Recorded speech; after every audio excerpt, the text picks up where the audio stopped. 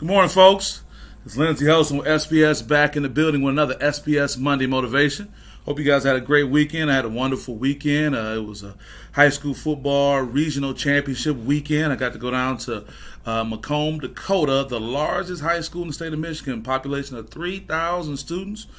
Put a lot of college campuses to shame, but the cast technicians were able to be successful and pull it out. Shout out to Coach Marvin Russian and the technicians. Also, shout out to the SPS Road to Ford Field sponsor for the game of the week, and many more events coming up is Andrew Fox Jr.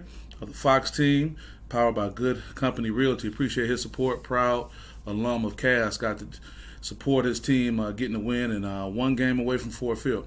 It was a great weekend, and I ended up getting a thought from my Monday Motivation earlier in the week. Who is this here? Good morning, Michelle Mimi Watkins. How are you? Just talking about how great the weekend was and today's topic. And as I always say, I either pull from my personal life or the headlines. And this was somewhat of a headline that impacted me personally. And today's Monday Motivation is your lack of humility impacts your lack of having. And maybe I should have changed it to our lack of humility impacts your lack of having. Because the one thing I don't want to do is make this a message that's going outward and not also encompassing the speaker himself, myself. You know, is it sometimes I'm not humble enough where I miss out on my blessings, I miss out on my opportunity? Let's talk about that, because humility is a term I think can be really confusing, or leads to different definitions. One can look up humble and it's going to say having or showing a modest or low estimate of one's importance.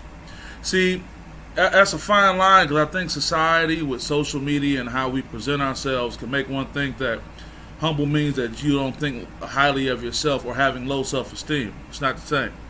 Low self-esteem is not believing in yourself and your ability and your self-efficacy to do things. But being humble is showing a modest or low estimate of my own importance. Like, okay, it's cool. I never forget years ago when Russell Simmons was at the NAACP dinner in Detroit. I think at the time I was working with the governor, and I remember seeing him and Kamora Lee walking past. And I was like, man, where you sitting at? And he was like, man, I can sit wherever. Now, knowing he had a VIP plug, but even his whole aura of presenting was like, it don't even matter, you know, and it just happened like that. I thought that was impressive, just as something to look at. Got LinkedIn user.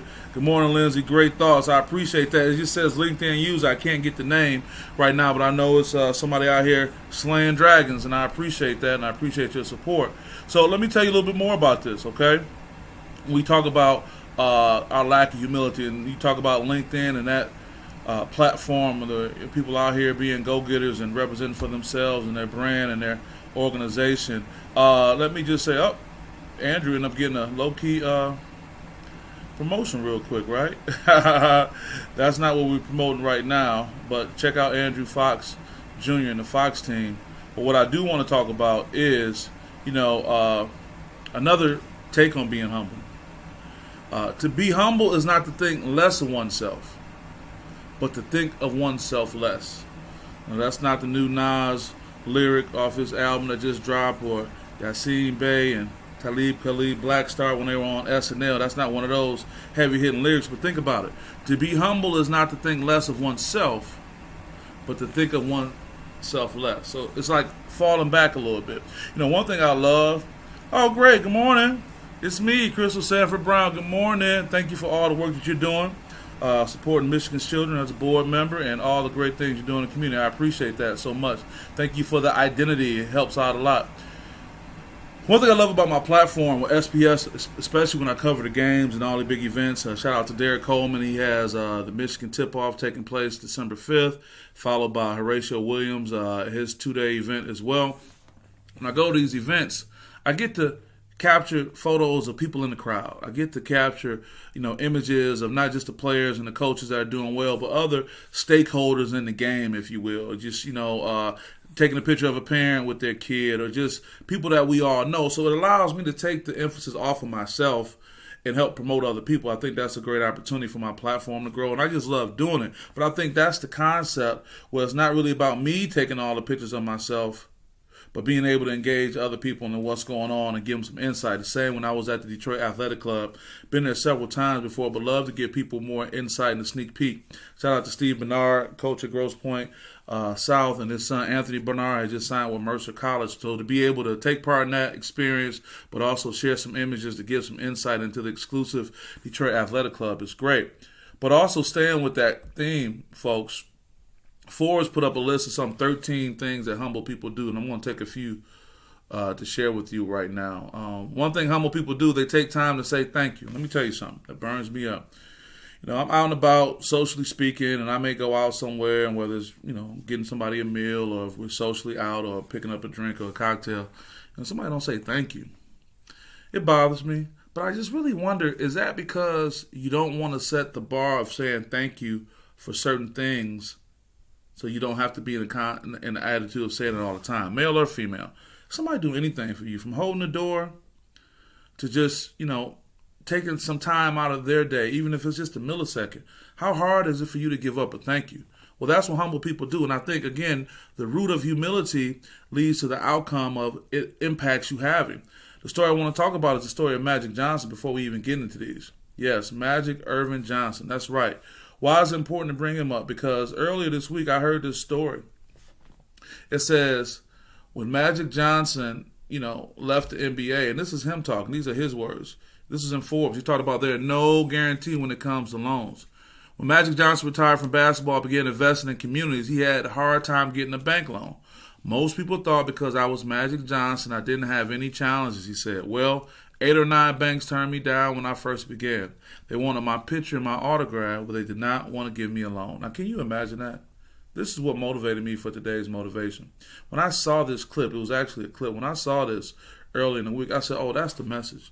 This is Magic Johnson, one of the most recognized individuals in probably all the world. Hell, on top of that, he's tall. You know who he is when he walks to the door, and they did know who he was because they wanted his picture and his autograph. Ironically, the same things you would end up having to have or produce for a huge bank loan, but he had to go through 8 or 9 experiences of being rejected. The Magic Johnson, Hall of Famer, world champion. Everybody knows him. Everyone loves him. And he still couldn't get what he wanted, but he was humble enough to keep going. And I think we all can learn a lesson from what Magic has gone through. How many times have we said in our position or our status, Crystal, you're a board member. Michelle, you're in corporate America, myself included, where sometimes we'll say to ourselves, man, I ain't doing that. I ain't about to do that. And sometimes it could be the fine line of making sure you're being respected in your respective field and what you're doing or who you're working with. But how many times, I wonder, myself included, have we missed out on opportunities because we weren't really ready to take the Magic Johnson approach and be prepared to deal with rejection over and over and over again? I don't know. I know I have my own mindset of how I feel about stuff. I'm like, oh, you tell me you want no? All right, I'm going to keep it moving. But I wonder how many times that prevents me from a goal that I really have. It's something to think about. And when I talk to you about Forbes and what they talked about and how people are being impacted, I thought it was something really major. What we got right here, Michelle says, facts. She put that out there quick. I appreciate that, Michelle. We accomplish things and we get into our mindset where we feel we can't do more. But another thing that humble people show, they have an abundance mentality. How is this being defined? It's being defined as an abundance mindset is the belief that there are enough resources in the world for everyone, and of being grateful for whatever the universe provides. So that mindset is, look, okay, they're not going to give me a loan right now, but there's some more money out here. Or they're telling me, no, right now, that's okay, there's some more business out here. Oh, you don't want to pay this fee for me to provide these services to you? That's okay, somebody else will. So having that abundance mindset is a part of humility, where you can keep just saying to yourself, it's okay, I can keep going. And maybe that was Magic's attitude going forward, saying, look, I'm going to get this bread somewhere. Another one of the few that I'll share of humble people do, of the 13, I got about 5 or so, they start sentences with you rather than I. I think that's really, really important. They start sentences with you rather than I. They're thinking about the other person. A humble person puts other at the forefront of their thoughts.